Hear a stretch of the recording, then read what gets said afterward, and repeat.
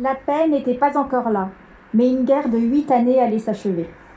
Un horizon se dessinait, celui de la sortie d'un conflit usant, âpre, déchirant et à bien des égards dramatique. Et pourtant, si le règlement de la guerre d'Algérie se profilait et malgré la fin officielle des hostilités, les violences et le cycle des représailles ne s'éteignirent pas, au contraire. Ils avaient et ils allaient encore endeuiller les deux rives de la Méditerranée. Le 19 mars 1962, un tournant décisif fut pris. Il bouleversa la vie de millions de femmes et d'hommes, en France comme en Algérie. Pour des milliers de familles, il y eut un avant et un après.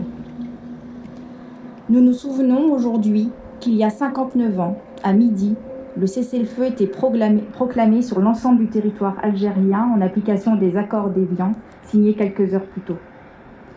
Ces accords annonçaient une nouvelle relation entre la France et l'Algérie. Dans ce temps de transition, au soulagement des uns faisait écho la détresse des autres. Aux espérances qui grandissaient répondaient les blessures qui se creusent. Pour des milliers de soldats, c'était la promesse d'un retour dans leur foyer.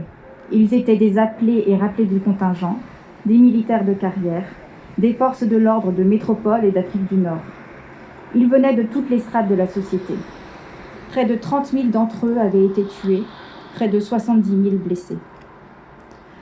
Ceux qui en sont revenus sont souvent restés marqués par ce qu'ils ont vu, par ce qu'ils ont vécu, certains empreints par un sentiment de défaite. Aucun d'entre eux n'a oublié.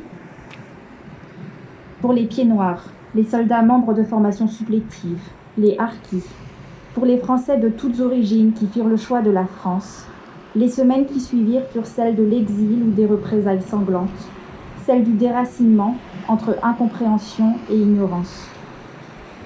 En nombre, des Français d'Algérie quittèrent une terre aimée, souvent natale, pour commencer une vie nouvelle dans un pays pour beaucoup méconnu.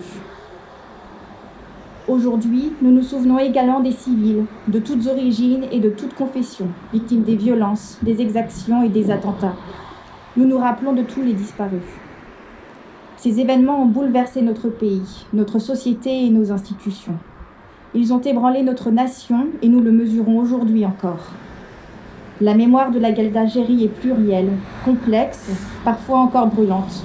Incontestablement, nous sommes les héritiers de ce temps.